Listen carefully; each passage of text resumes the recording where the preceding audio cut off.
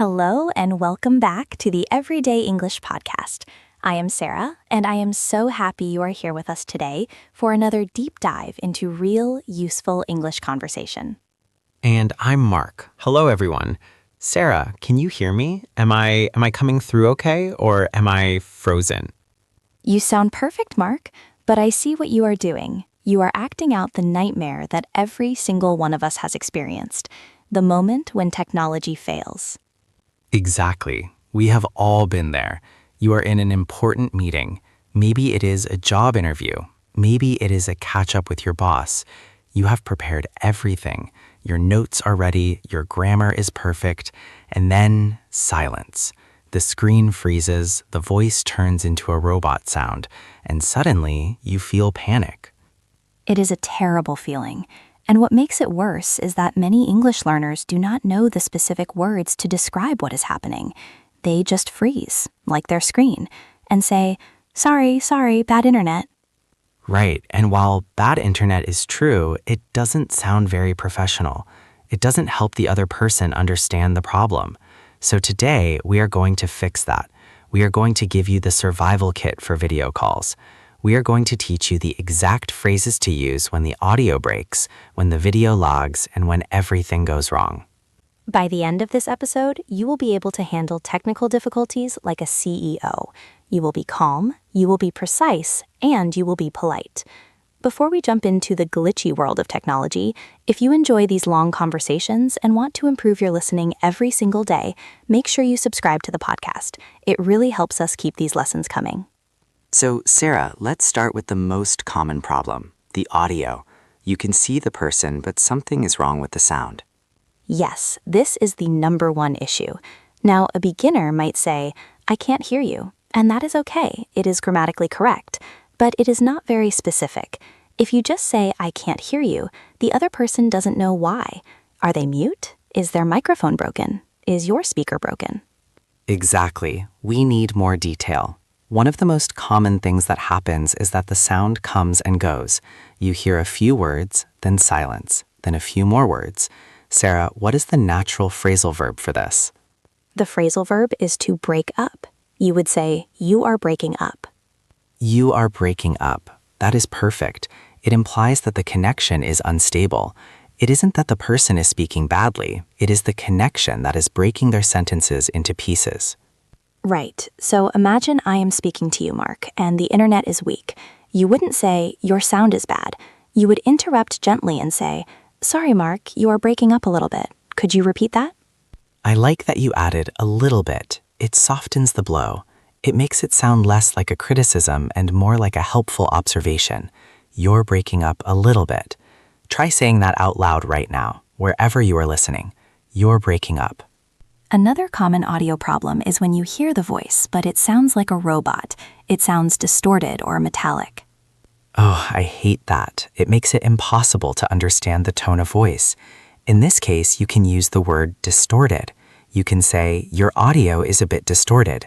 Or, to be even more natural, you can say, you sound a bit robotic. You sound a bit robotic. That is a great one. It is friendly, and everyone understands exactly what it means. It means the digital signal is failing. Now, what about the most famous phrase in the history of online meetings? The mistake we have all made. You are talking passionately, explaining your best idea, but nobody can hear you because you forgot to click the microphone button. The classic. The phrase you need here is, you are on mute. Simple. Preposition on. Not in mute, not at mute. You are on mute. And if you want to be very polite, maybe you are talking to a client or a manager, you might turn it into a suggestion. You could say, I think you might be on mute. That is a nice softener. I think you might be on mute. It saves them from embarrassment. It suggests that perhaps it is a technical error, even if they just forgot to click the button. There is one more audio nightmare we should mention, the echo. This happens when someone is not wearing headphones and their microphone picks up the sound from their speakers. You hear your own voice coming back to you a second later. It is very distracting. It makes it impossible to think. If this happens, you need to tell the other person immediately, or the meeting will be a disaster. You can say, I'm getting a bit of an echo. I'm getting an echo. Notice the verb getting. We use that a lot with technical problems. I'm getting an echo or I'm getting some feedback. Feedback is that high-pitched screeching noise. So let's review our audio survival kit. We have "you are breaking up" for choppy sound. We have "you sound robotic" for weird noises. Perfect.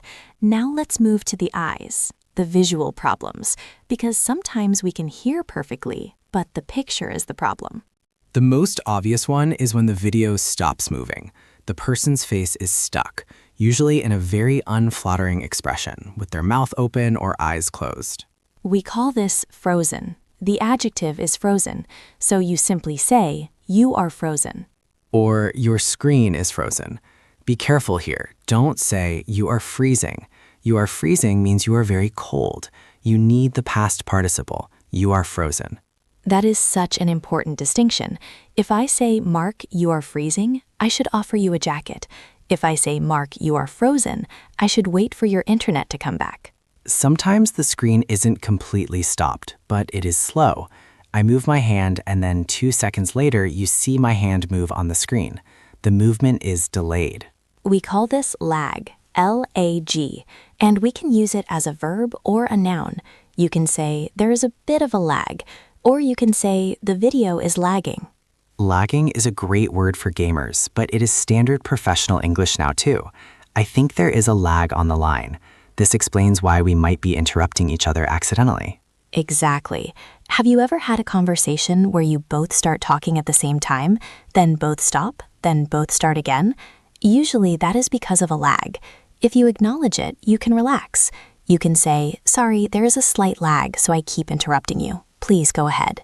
That is a high-level communication skill. Acknowledging the lag diffuses the tension. It stops you from looking rude. Now, sometimes the video quality is just bad. It looks like little squares. It is blurry. We call those little squares pixels. So if the image is not clear, we say it is pixelated. You are a bit pixelated. That is a hard word to pronounce. Let's break it down. Pixelated. Pixelated. It's a fun word to say. It sounds technical, but it's very common. Your video is a little pixelated. Now, Sarah, we have identified the problems, but what do we do about them? What is the solution?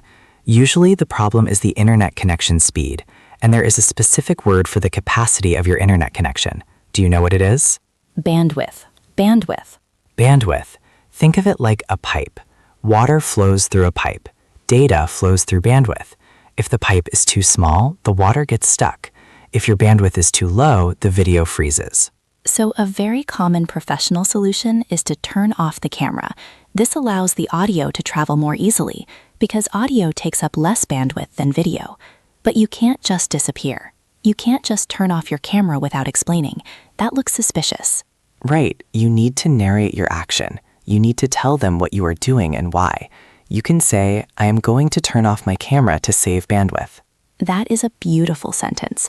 I am going to turn off my camera to save bandwidth. It shows you are proactive. You are solving the problem to make the meeting better. Let's try a role play, Sarah. Let's pretend we are in a meeting. I am presenting something, but my internet is terrible. You need to interrupt me and suggest I turn off my camera, okay? Okay, I am ready. So as you can see from the quarterly report, the numbers in Q3 were very high, and the projection for Mark, sorry to interrupt. You are breaking up quite a bit. Oh, can you hear me now? I can hear you, but the video is lagging and the audio is robotic.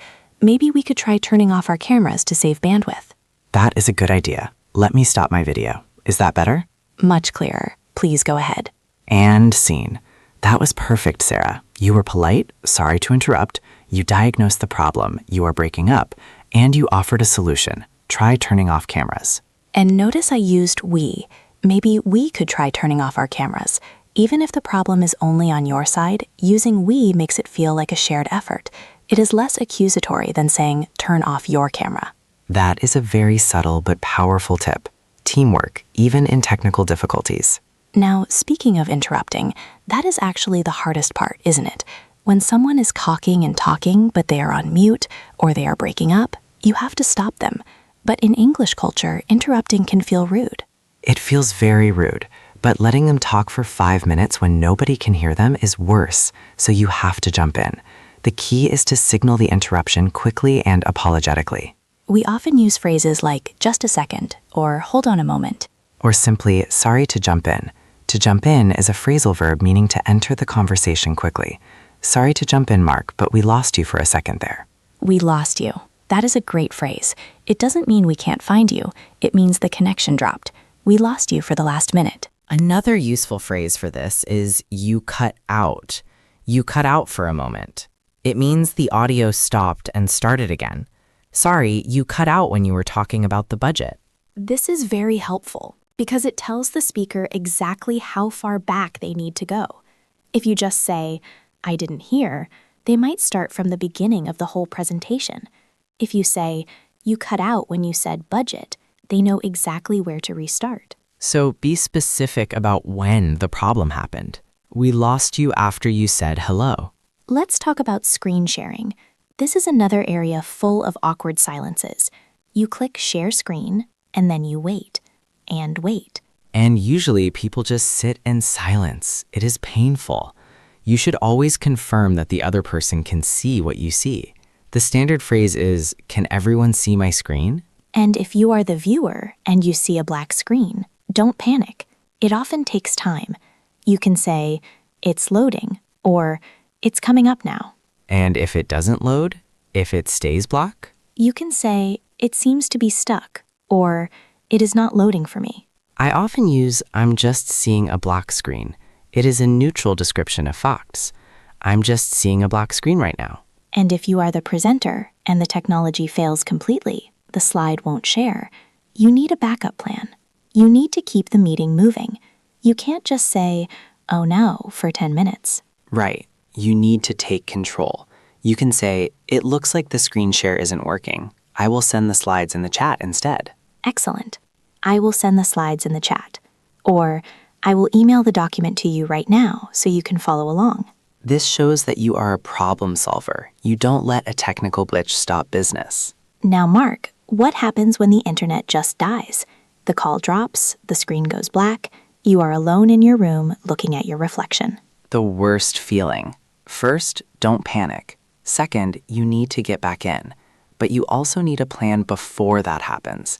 If you are starting a very important call, maybe with a new client, it is sometimes smart to set a plan B at the beginning. We call this housekeeping. At the start of the call, you can use a conditional sentence. If I get disconnected, I will. If I get disconnected, I will dial back in on my phone. Or if the video fails, I will switch to audio only. This is great grammar practice. First conditional. If plus present simple, followed by will plus verb. If the internet goes down, I will call you. Setting expectations reduces anxiety. If you disappear, they know you are coming back. They won't think you just quit the job and ran away. And when you do come back, you reconnect, you appear on the screen again, you are sweaty, you are stressed. What do you say? You apologize briefly and you move on. Do not spend 10 minutes complaining about your internet provider. Just say, so sorry about that. I had a connection issue. I am back now. I got bumped off. That is a very casual native phrasal verb. Sorry, I got bumped off. It means the system kicked me out. Or simply, my internet dropped. And then you check where you were. Where did I lose you? Or what was the last thing you heard? Where did I lose you is perfect. It puts the focus back on the content. I want to talk about one more thing, Mark. The start of the meeting ritual. You know that first 30 seconds where everyone is joining, connecting audio, adjusting cameras. It can be very awkward. The tech check dance. Yes, it is good to have some tech check vocabulary ready. If you are the host, you can take charge. You can ask specific questions. How is the audio coming through? Is the connection stable for everyone? How is the audio coming through? That is a nice phrase. To come through means to arrive or be received. You are coming through loud and clear. Loud and clear. That is the gold standard response. If someone asks, can you hear me? And the sound is good, say loud and clear. It gives them confidence. And if you are waiting for someone else to fix their settings, maybe they are looking confused, tapping their headphones, you can help them. You can say, there might be a settings gear icon in the bottom corner. Or try unplugging your headset and plugging it back in. The classic IT advice. Have you tried restarting? The universal solution to all problems in the universe. Mark, we have covered so much vocabulary today, from breaking up and lagging to bandwidth and feedback. It is a lot, but you don't need to memorize all of it at once. The goal is to stop saying bad internet and start describing the specific problem. I think we should do a little review, a lightning round. I will describe a situation, and Mark, you and our listeners have to say the correct phrase. I am ready. Test me. Situation 1. You are talking, but nobody is responding. You look at your screen and see a red microphone icon with a line through it. What do you say? I say, oops, I was on mute, or sorry, I was muted. Correct. Situation 2. You are listening to me, but my voice sounds like this. Hell, oh, how, you. I say, Sarah, you are breaking up. Correct. Situation 3. You are in a meeting and suddenly you hear your own voice repeating back to you every time you speak. I say, I am getting an echo, or there is a bit of an echo on the line. Situation 4. My face is stuck on the screen. I haven't blinked in 30 seconds. I say, Sarah, you are frozen. Situation 5. Everything is slow and blurry. You want to suggest a solution to improve the connection. I say, let's turn off our cameras to save bandwidth. Perfect. Mark, I think you are ready for your next big corporate video call. I feel much more prepared, and honestly, just knowing these words makes you feel calmer. When you can name the problem, it feels smaller. It isn't a disaster, it is just a lag. It isn't a failure, it is just a bandwidth issue. That is such a good point. Language gives us control. When you have the vocabulary, you don't have to panic. So here is our challenge for you today. We want you to create a tech cheat sheet. Yes, get a small sticky note, a post-it note, and write down 3 phrases that you struggle with. Maybe you're breaking up, I'm getting an echo, and let's save bandwidth. Stick that note right next to your webcam, right on the edge of your laptop screen. Why there? Because when the tech fails, you will be looking at the screen in panic. If the words are right there next to the camera, you can just read them. You don't have to search your memory while you're stressed. That is a brilliant tip. It's like an emergency exit sign. You hope you don't need it, but you are glad it's there. Exactly, and try to use these phrases even in low-pressure situations. If you are FaceTiming a friend and the video freezes, practice saying, "Oh, you froze for a second." Don't just ignore it. Practice the English. Also, pay attention to native speakers on calls. Listen to how they interrupt. Listen to how they handle glitches. You will hear these exact phrases: jump in, cut out, bumped off. We also mentioned a few grammar points today, like the conditional, if I get disconnected, I will, and the continuous tenses, it is logging, you are breaking up. Grammar and context is the best way to learn. You aren't just memorizing rules, you are learning tools to solve problems. Before we finish, I have a question for you, Sarah. What is the most embarrassing tech fail you have ever had? Oh no. Well, once I was in a very serious meeting and I thought I was on mute. I started singing a song to myself, a very silly pop song, and then I saw everyone laughing. I was not on mute. Oh, that is painful. It was, but I used my English skills. I said, I am so sorry, I thought I was on mute. Clearly, the audio is working very well. And everyone laughed and we moved on. That is the best way to handle it, humor and honesty. What about you, Mark? I once gave a full 10-minute presentation. I showed slides, I explained graphs, I made jokes. At the end, I asked, any questions? And nobody answered. Why? Because my internet had dropped 10 minutes ago. I was talking to a black screen for 10 minutes. I had been bumped off and didn't know. Oh, that is tragic. It turned out fine. I reconnected, apologized, and did it again. Faster. It turned out fine. See, we survive. Technology is amazing, but it is imperfect, and that is okay. As long as your English is ready, you can handle any glitch, any lag, and any frozen screen. Thank you so much for listening to today's episode. We hope you feel ready to conquer your next Zoom call or Teams meeting. If you found this helpful, please take a second to click the like button on this video. It helps other learners find this lesson. And if you have a friend who is always frozen on calls, maybe share this episode with them. And don't forget to write that sticky note. Do it right now. You are breaking up. You are on mute. Let's save bandwidth. Have a wonderful, glitch-free week, everyone. Keep practicing, keep listening, and don't panic when the screen goes black.